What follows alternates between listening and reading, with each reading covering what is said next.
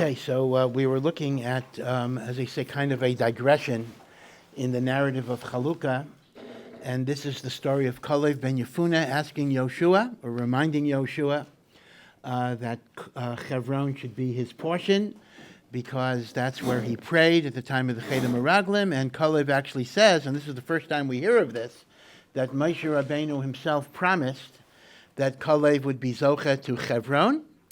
And then it goes on and says that Kaleb, who is a vigorous 85-year-old, why we should all be vigorous at that age, says he goes ahead and he conquers Hebron. But although, as I told you, in the book of Shoftim, the actual conquest was after Yoshua's death, even though you don't know that from the narrative itself.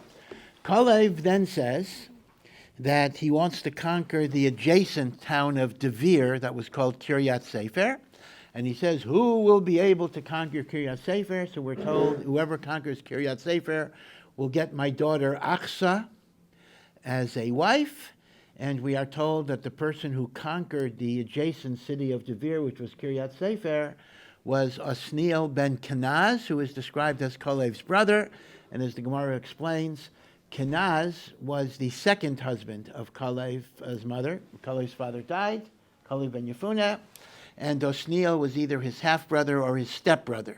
But he was much, much younger than Kaleb, and Osniel ben Knaz married Achsa, the daughter of Kaleb. And again, halachically, that's perfectly okay, even if Osniel would be a half-brother, and even if he would have been a full brother, which he wasn't, an uncle is allowed to marry a niece halachically. So this is the story that the Sefer Yeshua tells us, but the Gemara in Maseches Tamura has a very, very, very interesting Agadic interpretation of this story. And here we have to focus a little bit on the words of the Psukim. This is in Perek Tetzvav. Vayomer Kaleb, Asher Yakeh es Kiryas Sefer Ulachada, whoever can smite Kiryas Sefer, which was the name for the town that was later called Devir, whoever will smite Kiryas Sefer, v'nasati lo es Achsa biti leisha, I will give Achsa, my daughter, to him as a wife. And Pasuk Yud Zayin says, Vayilkeda Osniel ben Knaz achi Kaleb. Osniel ben Knaz, the brother of Kaleb, right, either the half-brother or the step-brother, went and he conquered it. Vayiten lo es Achsa bito leisha, and Kaleb gave Achsa, his daughter, to Osniel ben Knaz. Now, here's what the Gemara in Tzimura says. The Gemara in Tzimura says, and I think I've mentioned this Gemara before, but this is where it actually comes up in interpreting the Psukim, that when Moshe Rabbeinu died, before Moshe Rabbeinu died, he asked Yehoshua, is there any halachic matters that you need clarification? Ask, this is your last chance. Anything I could explain to you. So Yoshua ben Nun said, no, Rebbe, I've been with you all the time. Right? The Torah itself describes Yoshua ben Nun never leaving Moshe's tent. He was with Moshe Rabbeinu all the time. He says, there's nothing that I haven't learned from you. I mean, I've learned Kol HaTorah Kula from you. Moshe Rabbeinu died, and immediately it is said that 3,000 halachos were forgotten. It's not clear what that means, because you don't always know what you don't know, right? There's the unknown unknowns. But presumably, there were specific questions that Yoshua could not answer because he had not remembered the resolution of Moshe Rabbeinu. Now, to ask HaKadosh Baruch Hu, that you can't do, because remember, after Matan Torah, we have the principle of Lo B'Shamayim. The Torah is not in heaven, meaning Hashem himself does not clarify halacha after Matan Torah. It's up to the Chachamim. So, it's mentioned, the Gemara says in Tzimura, they wanted to stone Yehoshua. People were so furious at Yehoshua that you had the opportunity to ask Moshe Rabbeinu. In fact, there's even a Gemara that says, interestingly enough, that HaKadosh Baruch Hu told Yehoshua, go get involved in wars, and that way you distract them from wanting to kill you. Lech tarden b'milchama. Which is actually a common Arab strategy, lahavdil. I mean, that's what the Arabs are always doing. Their societies are living in miserable poverty, but they're so into terrorism and everything else, that they kind of distract people. So it mentions that Osniel ben Knaz was machzir. He restored the 3,000 halachas through pilpul and svara and analogy. And Kaleb, it's interesting why Kaleb has this role. Kaleb is essentially assisting Yoshua. When Kaleb says, anyone who smites Kiryas Sefer. Now note, I think we mentioned this. Kiryas Sefer is an odd name for a Canaanite city. Kiryas Sefer literally means the city of the book. So Chazal actually darshan that Kiryas Sefer means the collection of halachos within the Sefer of the Torah, meaning the halachos that were forgotten. So what Kaleb is actually saying is, anyone who is able to restore the collection of halachos interpreting the Sefer Torah, I will give Achsa my wife. In other words, Kaleb is calling for somebody through the kayach of pilpul and svara to restore these halachos to Am Yisrael. So when it says Osniel ben Knaz conquered Kiryas Sefer, it doesn't only mean he physically conquered a city called Devir, but Chazal see Chazal see Osniel ben Knaz's conquest as restoring the halachas. Now, what's interesting about that story is, why is Kaleb the person who's doing it? In other words, Yoshua is the guy that's in trouble. Yoshua should have, asked Moshe Rabbeinu, and the fact that he didn't, and there was a forgetting of the Torah. So Yoshua's in trouble because a large chalik of the Torah has been lost, and somebody has to be able to restore it. So, in a sense, it's not particularly Kaleb's business. I mean, I guess it's Klal Yisrael's business. But Kaleb is saying, whoever can restore it, I will give Achsa my daughter. It's almost as if Kaleb ben Yefuneh is trying to bail out Yehoshua. Now, in truth, this is not the first time. Let's go back to the Chet HaMeraglim. Let's go back to the story of the Meraglim, which was 45 years before this point. Kaleb was 40, now he's 85. If you remember, a very interesting thing about Kaleb and Yoshua, right? We know them both as the two good spies, because they were the ones who did not follow the evil counsel of the Meraglim. They were the ones that had emunah in Hashem, and they were the ones that did not give in to the Lashon Hara. But if you look at it, Kaleb and Yoshua are very, very different. When the 10 Meraglim come back, they come back the 8th of Av, and they give their report, and that night, which is the 9th of Av, is when everybody was crying, and remember, that's why Hashem said, you have used the night of the 9th of Av for a bechiyah shel chinam, a cry for no reason. I'm going to make this day a bechiyah for generations. So the spies gave all of this report. There are giants, and they're fearful, and we're like grasshoppers, and they will destroy us, and there's no way we could succeed. So if you look in the Chumash, who was the one that actually spoke up? It says, Yoshua and Kaleb fell on their faces, begging Hashem for mercy. But the only one who actually spoke was Kaleb. In fact, it's very, very odd. In light of the fact that Yehoshua is going to be the leader of Am Yisrael, Yehoshua actually did not speak up. Kaleb ben Yefuneh silenced the people and said, we have to have faith in God and the like. So one interesting question, just looking at the Chet HaMeraglim, is why was Yehoshua so silent here?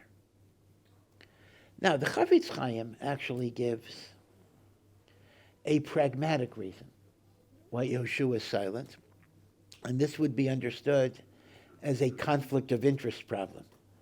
It's interesting. The Chavetz Chaim usually doesn't say political vartlach, but this is actually a political thought, and that is the following. Since Yehoshua is in line to be the successor, if Yehoshua would make the point, sure, we can go in and we could conquer, people might not believe Yoshua, because maybe Yoshua is saying it in order to ensure his leadership position when they come. Meaning Yoshua doesn't have credibility because he might be making a campaign promise in order to get his position. As opposed to Kaleb, who is not going to have any position of authority in Eretz Yisrael. If he says we can go, then we can go, right? So that's a pragmatic idea, that Yehoshua didn't speak up because Yehoshua's words would be discounted. Because people would say he's doing it in order to give himself a chance to have power. But there's another mahalach, and that is Yehoshua is actually not as sure as Kaleb is. Yehoshua has a certain amount of fear and trepidation. Meaning to say, there is something in the Meraglim's words that are resonating, troubling Yehoshua in different ways. Because the Meraglim are saying over and over again, we're not good enough, we're not adequate enough, we're not righteous enough. Ultimately, that actually is their claim, meaning, yes, Hashem promised, but we are not worthy of this. Without a Moshe Rabbeinu who is going to die. Now, if anyone is going to feel inadequate to the task, it'll actually be Yoshua. Unlike, let's say the American political system, where every vice president is kind of waiting for the president to die, in Klal Yisrael, it's very much the opposite. Anyone who wants leadership doesn't deserve to be a leader. You deserve leadership when you don't want it. Moshe Rabbeinu argued with Hashem for a whole week. Yehoshua doesn't want to be the leader. This is the job he was given. But if the Meraglim say over and over again, we're not good enough, we're not good enough, we're not good enough, who more than Yehoshua is going to feel the inadequacies? Who more than Yehoshua is going to feel that Moshe Rabbeinu's shoes are impossible to fill? So as a result, in fact, this is what they say on another Nakuda. Remember that Yehoshua ben Nun's original name was Hosea, like the Navi Hosea. Moshe Rabbeinu changed his name to Yehoshua, which is adding the Yud, which is Yud Hey is God's name, because he's praying for Yehoshua, may God save you from the evil counsel of the Meraglim. So Meforshim ask Akasha, if Moshe Rabbeinu somehow knows that the Meraglim are going to come back with a bad counsel, okay, why did he send them? That's another question. But if Moshe Rabbeinu is praying that Yehoshua shouldn't succumb to the Atzas HaMeraglim, why doesn't he pray for Kaleb? Why does Moshe only pray for Yehoshua? The answer is, Moshe is more batuach in Kaleb than Yehoshua. Kaleb has emunah, Yehoshua has emunah. But Yehoshua might be a victim to the insecurities of leadership. Meaning, if the Meraglim are making the case that without Moshe Rabbeinu we can't succeed, that's not going to affect Kaleb, but it's going to affect Yehoshua. Yehoshua needs a special siyata d'shmaya. Again, it's a fascinating thing to realize that Yehoshua was not always so confident that he could take on this position. The position of leading Am Yisrael into Eretz Yisrael. What a tremendous, awesome responsibility this was. So, in a sense, maybe this is an irreverent way of saying it, Kaleb, 45 years before, was giving chizuk and strength to Yehoshua. So he should feel he'll be able to carry on his leadership. That's why it's Kaleb who speaks up. Yehoshua is conflicted. Kaleb gives Yehoshua chizuk. So if that's the case by the Meraglim 45 years earlier, then in a sense we have another example of Kaleb bailing out Yehoshua. According to the Gemara in Tamura, that 3,000 halachas were forgotten because Yehoshua didn't bother to ask Moshe Rabbeinu for final resolution. and they want to kill Yehoshua. Chas v'shalom, how could you cause the Torah to be forgotten? So Kaleb makes an announcement. Like, why Kaleb? Kaleb says, anyone who can conquer Kiryat Sefer, which is interpreted to mean not just the city, but the collection of halachos pertaining to the interpretation of the Torah, Sefer Torah, I shall give Achsa, my daughter, as a wife, and Osniel ben Knaz conquers Kiryat Sefer, which, how does the Gemara understand it? He restored the 3,000 halachas. The point I'm making is, why is Kaleb handling this? I mean, if anyone, okay, Yeshua ben Nun didn't have children, so Yeshua ben Nun couldn't have made the offer, I'll give my daughter, Eino Chinami, but he could have said, I'll give $1 million or $1 million shekel or whatever it would be. It's a little strange idea that Kaleb is somehow taking the initiative to help Yehoshua out of his quandary. So I'm just suggesting, I didn't see any particular makor on this, that this is kind of a reprise of what Kaleb did 45 years before, in which he gave Yehoshua the chizuk to assume the leadership. Okay? So this is a very fascinating double entendre, meaning Osniel ben Knaz conquered Kiryat Sefer has both a Gashmius meaning and a Ruchnius meaning. Its Gashmius meaning, indeed, was he conquered the city of Devir that had been called Kiryat Sefer. The Ruchnius meaning is he restored the 3,000 halachos that had been forgotten during the mourning period of Moshe, because Yoshua had failed to ask Moshe Rabbeinu. Now, it's interesting. Obviously, we can't fault Yoshua. I mean, Yoshua at the time didn't think there was something he didn't know, so he didn't ask. But it reminds me very much of a Gemara in Brachos, a very, very moving, powerful Gemara in Brachos. It's often said at Levayas of Gedolim, and you'll see why in a moment. It mentions that when Rav was nifter, Rav, the greatest, the Gadol Ador Mamish of the Amoraim, when Rav was nifter, and after he was buried, the Talmidim were leaving the cemetery, and they were walking by the banks of a river, and at some point they sat down to have a meal. Everybody was sitting by the banks of the river, and then they had a shaila, can they be mitztaref lezimun? Because they didn't sit down to have a meal together. Each one was sitting in his own place. I'm here and you're there. Can we make a zimun? This is a shaila that applies even today. Can we make a zimun if we didn't sit down to kind of share our meal? And the Talmidim didn't know the halacha. And when Rav had died, they had all ripped their garments because he was their Rabbo Mufak, their definitive Rebbe. But now, when they didn't know the answer to the benching question, they ripped their garments a second time. Because they said, Rav has left the world and we don't even know how to bench. Meaning it's like the instinct would have been, are we mitzaref lezimun? Let's ask Rav. But the answer is you can't ask Rav. He's not here anymore. And then you realize all the shilas that you could have asked that you didn't think of, or whatever it would be. And they felt the loss of their Rebbe a second time. Right? It happens a lot. It happens a lot. It happens when, God forbid, a person loses a parent also, and the things that could have been said, the things that could have been discussed, the things that you could have learned, you could have gained, you could have known. And time passes and things happen. And it's as if you lose the person a second time when you realize all that you could have gained.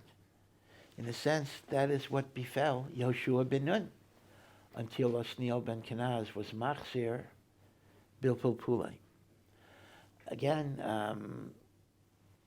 there are questions here, meaning, how does he know he's right? In other words, if Moshe Rabbeinu gave specific answers to questions, and you forgot what Moshe Rabbeinu said, and then you try to reconstruct, you're not really reconstructing because you're not trying to prove what Moshe Rabbeinu said. You're independently analyzing the Torah. But we have to assume if this is the process that HaKadosh Baruch Hu gave us for understanding Torah, so this is a legitimate way of trying to reconstruct as well. Okay? So this is in the second parak of Tamura, and therefore we see that Osniel ben Knaz is not just a military conqueror. You see that he's a tremendous, tremendous Talmid Chacham. You wouldn't know that from just reading the Psukim. We only know that from the Gemara's interpretation of those Psukim. Okay. Now, the story then goes further. So Achsa is now married to Osniel ben Knaz, who is Kaleb's either stepbrother or half-brother from the same mother and different father. And it mentions that Achsa paid a visit to her father Kaleb after her marriage, and she complained about something. This is Perek Tesvav, Pasuk Yud Ches. Vayehi kebevaya, when she came to her father, Vatesiseu lishel mies avia soda. She went to ask her father for an extra field. You'll see what this means. Vatitznach mi'al chamor.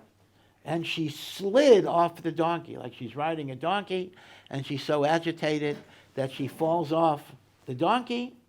Vayomer lo Kaleb malach. Kaleb says, what are you so agitated about? What are you so excited about?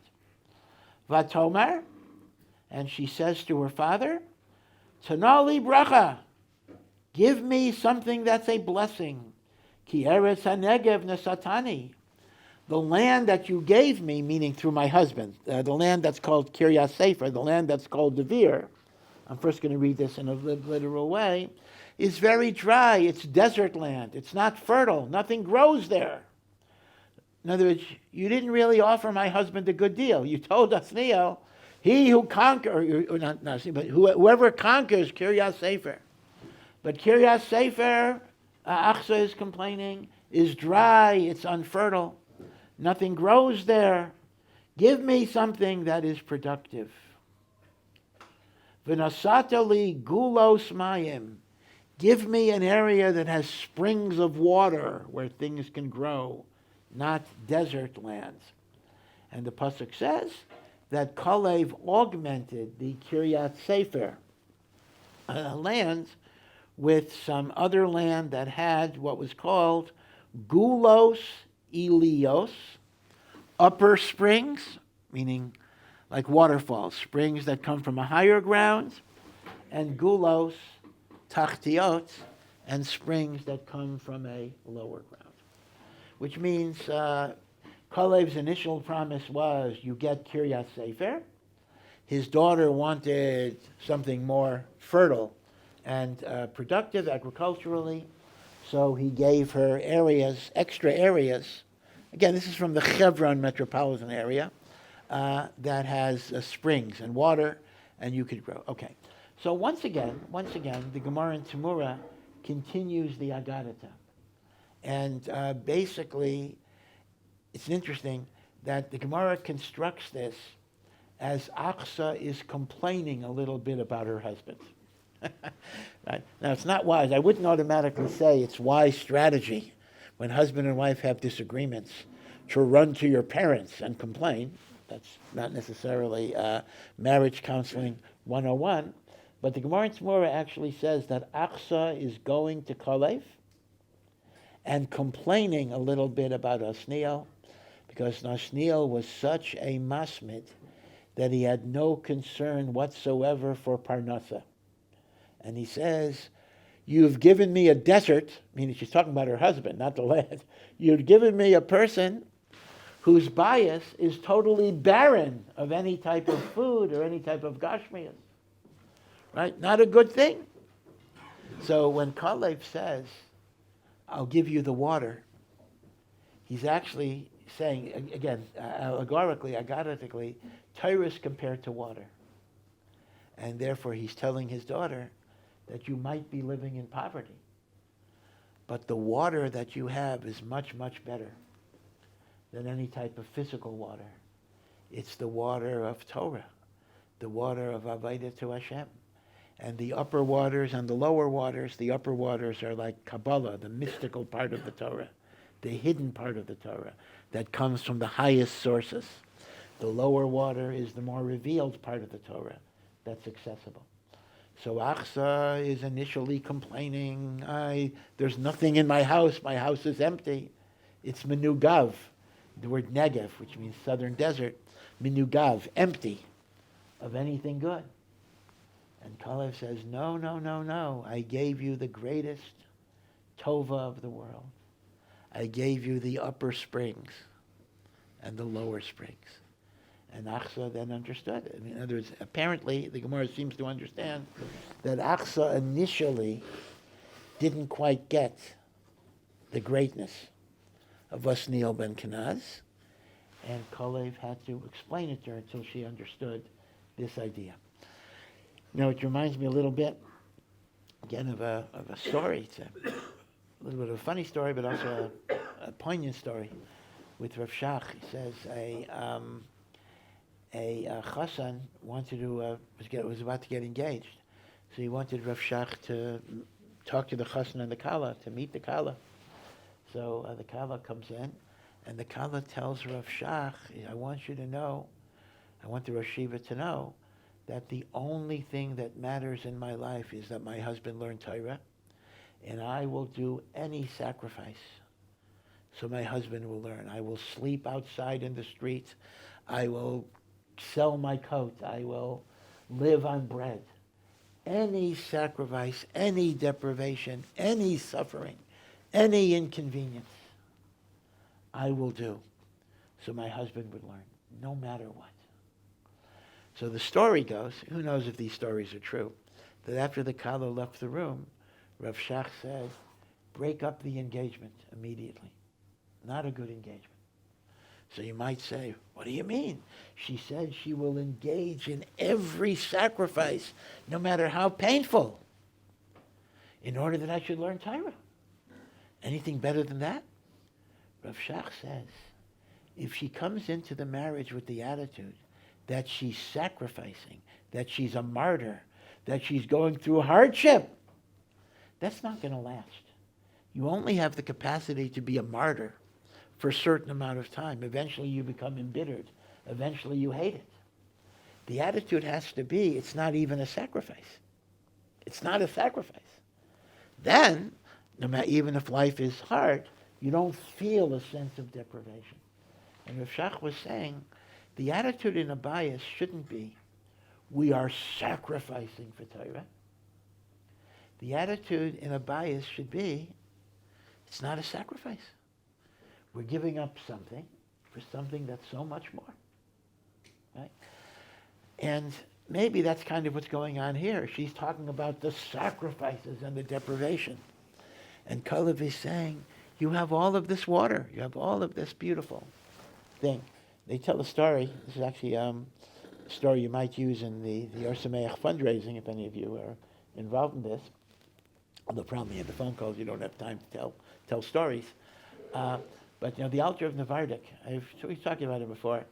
Rav Yosef Yosel Horvitz, who was a Talmud of Rav Yisrael Salanter, was a very extreme person, very, very extreme person. We could talk about that for an hour. But there was a certain miser in the community who was but he never gave tzedakah, or he gave very little tzedakah. He gave much less tzedakah than he was capable of doing. So none of the yeshivas that would solicit could ever get any money out of him. The altar of Nevardik used to get a lot of money from him. He used to get major contributions. So the Rosh Yeshivas asked the altar of Nevardik, what's your secret? How come you're Matzliach and and we're not Matzliach? So the altar of Nevardik says, I'll tell you the difference in you and me. You come into this rich guy's house and you're awed and so impressed by his wealth. So you wipe your shoes from the mud. You carefully sit on the couch so you're not going to wrinkle the fabrics. You look at him as if he's such a chashuv person, a great person, awe, reverence for his wealth and his materialism. And after you've shown how chashuv his wealth is, you then say, will you give me some of it? Of course he's going to say no. you're asking him to give up something that's very precious. Says, me, it's the opposite. Again, this is not halacha l'maisa. I come in, I track mud into his house. Again, I don't know if it's true. I track mud into his house. I put my feet on his table. I show a total disregard for the chashivas of wealth. And what I tell him is, your wealth means nothing. But I have a proposition for you where you can turn this totally worthless wealth into something real and worthwhile. So the Alter Nevardik said, I'm not asking him to give. I'm offering him an opportunity to take. So people might be unwilling to give up something, but they're always willing to take a good deal. So the Alter Nevardik says, I'm matzliach because I'm not asking people to give at all. I'm asking them to invest in an investment that yields infinite dividends. So the Alter Nevardik says, you ask people to give, they may be reluctant. You offer them an investment opportunity, that's going to make them much more interested. This is the Alter Nevardik. Now again, did he actually walk in and track mud? I don't know. Although with the Alter Nevardik, I could actually believe it, maybe, because he was kind of that way. But this is the lesson here. This is what Rav Shach is saying. Don't look at your Mesiras Nefesh for Torah as deprivation, as suffering, as giving something up. Rather, look at it as an opportunity to take something that's less valuable and turn it into something that's much more valuable. And according to the Gemara in Tamura, that is actually the second part of the story in which Achsa is complaining about deprivation and poverty, and Kaleb is saying, you have much, much more than you think. You have the greatest waters. Well, maybe you don't have a lot of wells, physical wells, but you have the greatest water of all, which is the water of Torah. So again, it is interesting that the story of Kaleb and Achsa is an occasion for the Gemara to have a very, very interesting agada regarding the actual conversation between Osniel ben Knaz, Kaleb, and his daughter Achsa. Okay, so that's that story. Now, there's a second digression. Maybe I call this the digression in the Chalukah, right? Because most of the narrative are the boundaries of the tribes, but there are a few side stories. So side story number one is the story of Kaleb, Osniel, and Achsa. Then there's a side story number two, which in halacha is a big, big sugya. And that is the tzavacha. Tzavacha is the protest of Bnei Yosef. Now, of course, Yosef is technically a Shevet, one of the 12 tribes, but as we know, Shevet Yosef is divided in Ephraim and Menashe. And in reality, they actually had three portions of Eretz Yisrael, because part of Menashe had land east of the Yarden, which was already taken care of before Yoshua. And then in Eretz Yisrael proper, west of the Yarden River, we have a chelek of Eretz Yisrael that's Ephraim's, and a chelek of Eretz Yisrael that's Menashe's. This is north of Yehuda, north of Yerushalayim. It's again around the area, around up to Tel Aviv, let's say, what we call Merkaz, the center of the country. So the Bnei Yosef, now here, this is not described as either Ephraim or Menashe, it's just described as Bnei Yosef. So presumably, people of both tribes are complaining, and they say, hey, we don't have enough land. We have grown a lot, our population is huge. The land that you have given us through this lottery is simply insufficient for our needs. Give us more land. This is called the tzavacha, the protest of Bnei Yosef. And Yehoshua basically answered them, sorry, nothing I can do. This is what Hashem decided. And you do have territory in your boundary that you have not yet conquered. Go and conquer it. Meaning you haven't finished conquering your own territory. So here is the problem. What exactly are the Bnei Yosef complaining about that would be unique to them rather than other tribes. Meaning, why are they complaining? Why didn't Yehuda complain? Why didn't Yisachar complain? There has to be mashu miyuchad. There has to be some special situation of Bnei Yosef that is causing them to be unhappy with what's going on. So, here is one empirical observation that we can make from the Chumash itself, and then the question is, how is it relevant to the narrative here? The Jewish people are counted twice in the book of Bamidbar. In Parshas Bamidbar, they are counted. These are the people who were 20 years old at the time of Yetzias Mitzrayim. And each tribe is given a count. They basically died in the course of the desert. The second counting is in Parshas Pinchas, after the 40 years, in the 40th year. And those are all the people who are 20 years old at that time, and they represent the boy Haaretz. Now, I think I mentioned already that, interestingly enough, the total counts are the same in the first census and the second census. But the individual tribes fluctuate. Some tribes gained, other tribes lost. The one tribe that astronomically gained much more than any other tribe were the tribes of Ephraim and Manasseh. Can somebody give me a chumash, if that's okay? Because I want to, thank you. I want to just read you the actual number here. Let's first look at Parshas Bamidbar.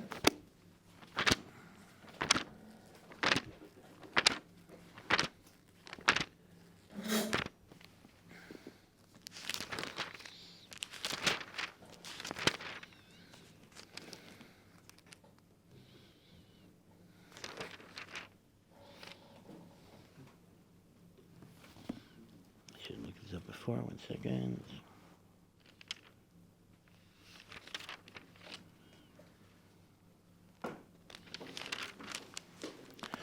Okay, Ephraim in Parshas Bamidbar is 40,500.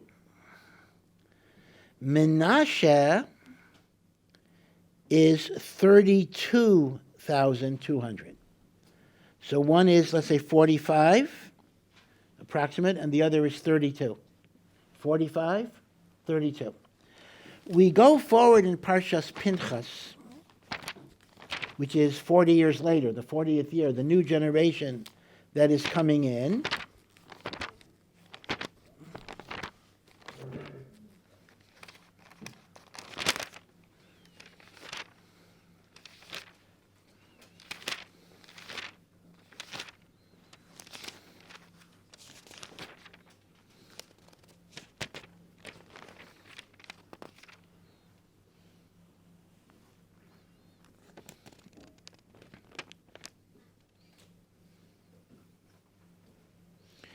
Ephraim actually didn't grow that much. Ephraim is 32,500. So Ephraim actually went down. Is that right? Yeah, because Ephraim was 40,500, and Ephraim 40 years later is 32. Okay, that's fine. But then we look at Manasseh.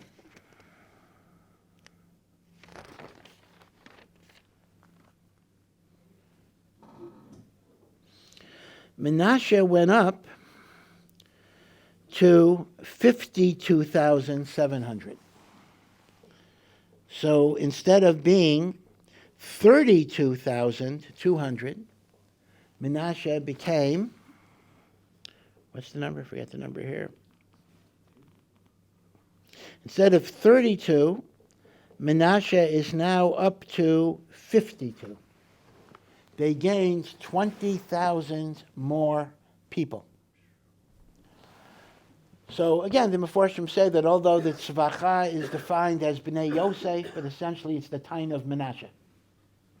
And Manasseh is saying since we've gone from 32 to 52, the land that we got is not sufficient for our population. However, we can't stop here, because in order to understand this, we're going to have to revisit, again, I apologize, the very technical discussion of which population base was used for the division of the land. And the Gemara in Yesh Nochel and in Bava Basra actually discusses the tzavacha of Bnei Yosef in terms of the Chalukas Haaretz, right? So tomorrow we'll go over the Gemara to try to explain the complaint of Shevet Menashe primarily. Again, Ephraim doesn't really have a complaint because Ephraim is actually diminished in population. But Menashe did have the largest increase of any tribe. Okay, so we'll continue this tomorrow. Thank you for listening to this Awesome production. To find out more and to partner in our mission, please visit ohr.edu.